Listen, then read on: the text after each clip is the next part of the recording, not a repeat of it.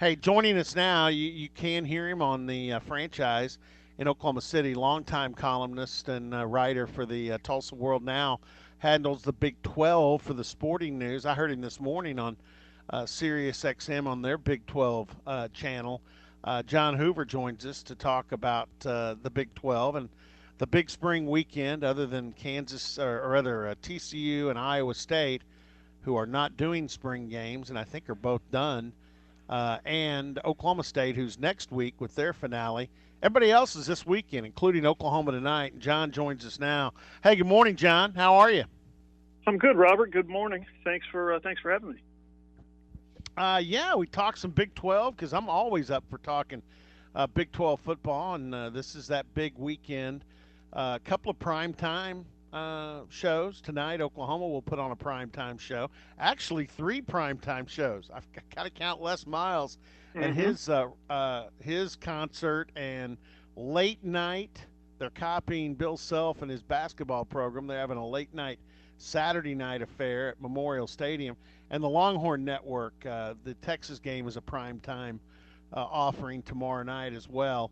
Um, you know, we all know these are not great X and O shows. They're vanilla. Coaches aren't going to show anything. But I think the question with most of the Big 12 teams and the things people are going to be watching are all about personnel. For instance, Jalen Hurts tonight in Norman. There's some personnel things at Texas. Sam Ellinger, what's he look like? And who's the backup going to be at quarterback? Colin Johnson at receiver. Texas replacing a lot of defenders. Anybody and everybody for Les Miles in Kansas. Personnel is kind of the thing you look at, isn't it? Yeah, I would think Les has got a long checklist of things he wants to see going into his spring finale. You know, personnel. When you talk about personnel in the spring, to me, it's a lot of guys come in as freshmen and they make a move in their first 2 days or whatever training camp, and then they kind of fall down the depth chart and they get a little despondent and they don't play, and then they fall off in the spring and maybe they redshirt. This is an opportunity for those guys. This is an opportunity for those guys who played in just a handful of games last year, maybe stood on the depth chart but didn't get in games. Maybe even transfers. They get mid-year transfers a lot. This spring action, especially the live action, the scrimmages, is an opportunity for coaches to see exactly what those guys are made of. Have they grown? Have they made leaps and bounds, or have they made just small incremental growth in their career at that college? So putting them on the field, putting the helmet pads on them, throwing the football around, blocking and tackling, to me is a chance to see what you've got in those guys that you haven't had a chance to see yet. Yeah, the other thing is if there's going to be any seismic shifts in this league, this might be one of the years to see it. I know everybody's counting on Texas being back after the bounce back season they had last year, and certainly the bowl win over Georgia was a great skin to put on the wall down in Austin. Oklahoma is Oklahoma. But at four of the schools in the league, there are new coaches, and they're dramatic coaching changes. Yep. Dana Holgerson out at West Virginia. I know Neil Brown's out of that family, but I think Neil Brown's a lot different person than Dana Holgerson. Chris Kleiman is maybe a similar type coach, but he's opened up. I mean, it used to be tightened down like the Iron Curtain in Manhattan, Kansas against the media. Now they're on social media and doing all the things everybody else is doing. Yeah. I think Matt Wells is a dramatic difference at Texas Tech. And then, you've also got Les Miles, and Les Miles is Les Miles. So the coaching changes play into this a bunch. It's going to be huge. For me, it's kind of a pivotal year for the Big 12 because 40% of the coaches, as you said, are new. 4 out of 10, just remarkable. They've gone all different directions too. They've gone, Les Miles, the retread national championship at LSU, former Big 12 coach. They've gone Chris Kleiman, who's 51 years old, but he's got a FCS record like nobody else. They've got Neil Brown, who had a great career at Troy, great start at Troy in 4 years. I think 31-8 the last 3 seasons there, and he's only 39 years old. And then, as you said, Matt Wells, who was at Utah State, had a kind of a up and down. He was 44-34 in 6 years, but 10-2 last year. He got his team to 3 bowl games. Kind of brought on Josh Heupel for a little while. Sent Josh Heupel to Mizzou. Then Josh Heupel goes to UCF. You see now what UCF is doing. So Matt Wells, 45 years old, in just his second job, he's already got a coaching tree. I'm fascinated by the fact that Mike Gundy is now the longest tenured coach in the Big 12 Conference at 14 seasons, and Gary Patterson is the longest tenured coach at his school at 18 seasons.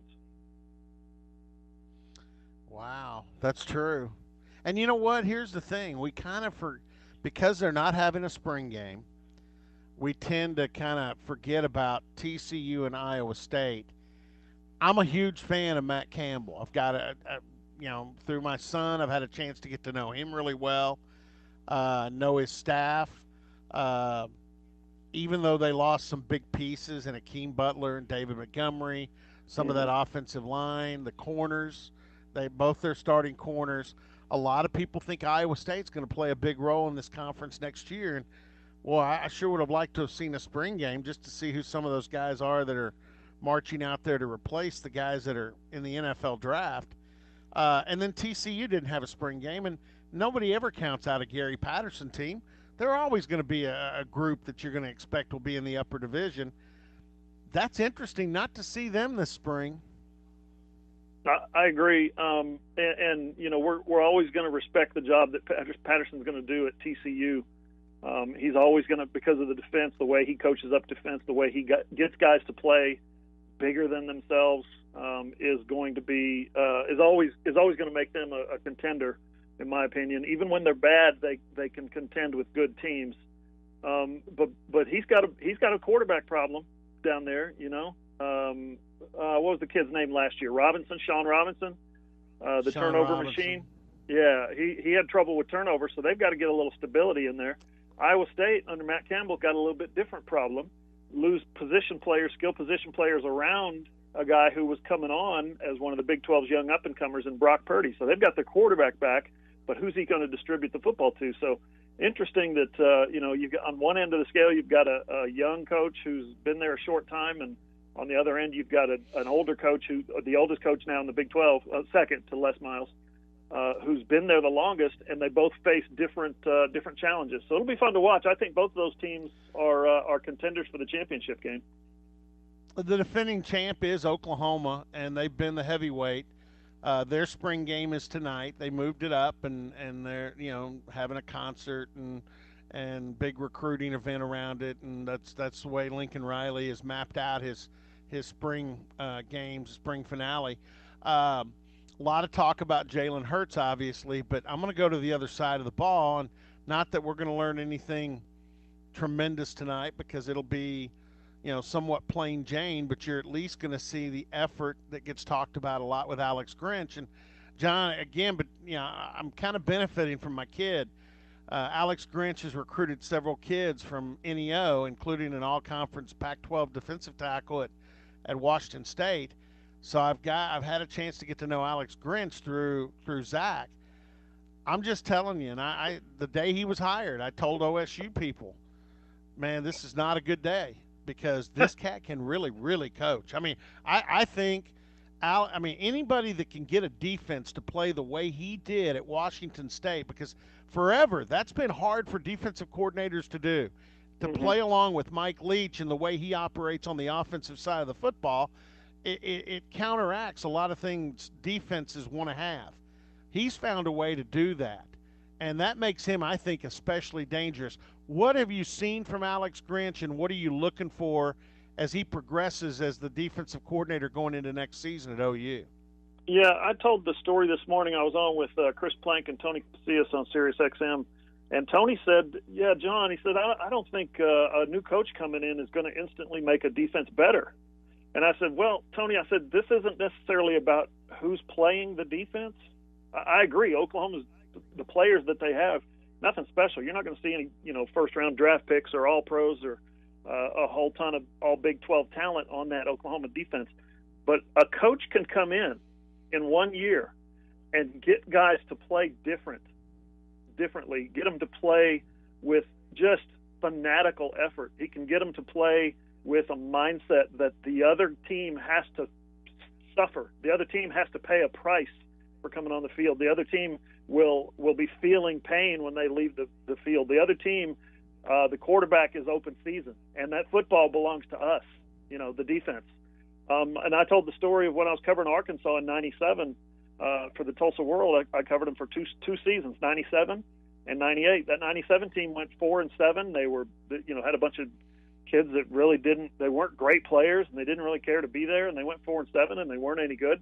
Then Keith Burns, Houston Nutt comes in, hires Keith Burns as his defensive coordinator.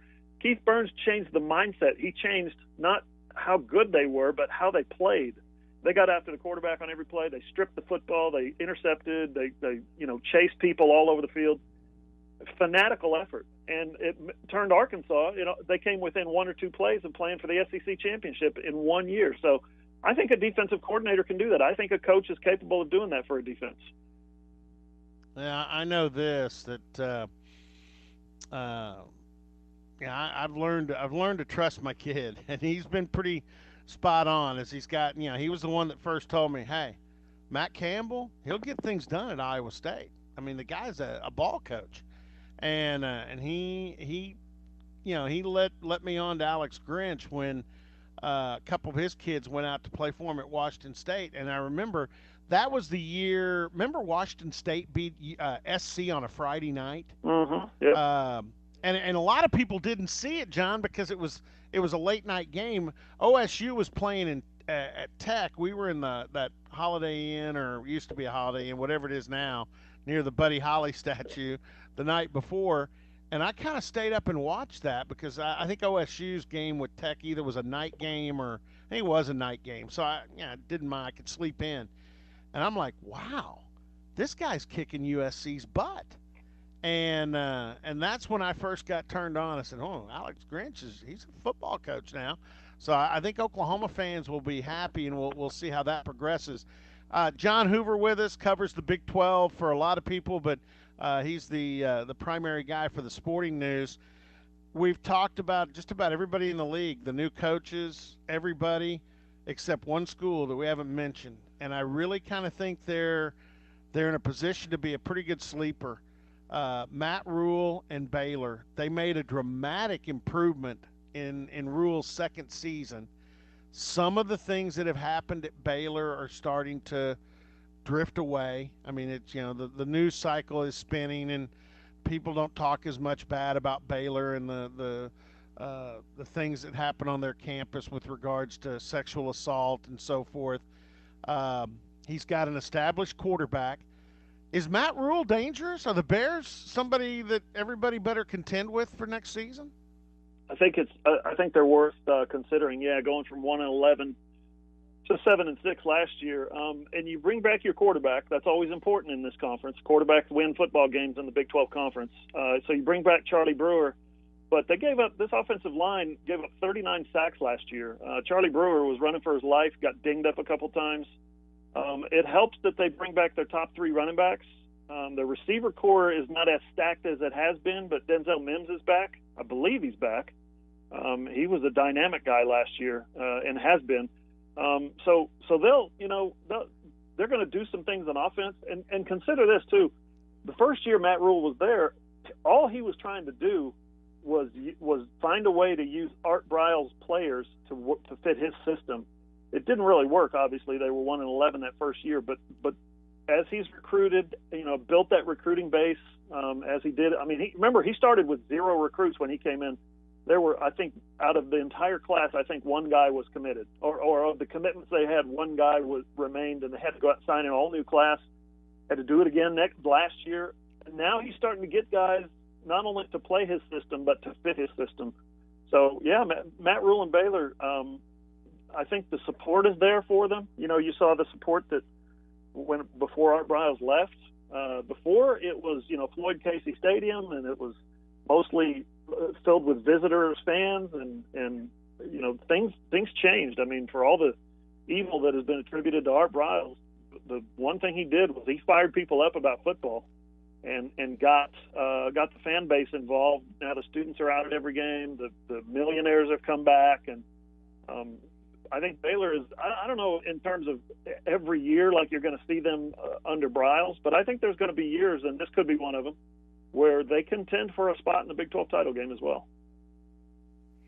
It will be it'll be interesting with 4 new coaches, with Texas saying they're really back. And by the way, I mean I'm anxious to watch that tomorrow night. I'm probably going to tape it on the Longhorn Network. We all know about Ellinger. We all know too that a bunch of guys that were behind him on the depth chart, highly regarded guys, Bouchel, the quarterback from California that I think wasn't he committed to OU then flipped to Texas. Yeah, Rising. Yeah, and he's gone. He portaled out.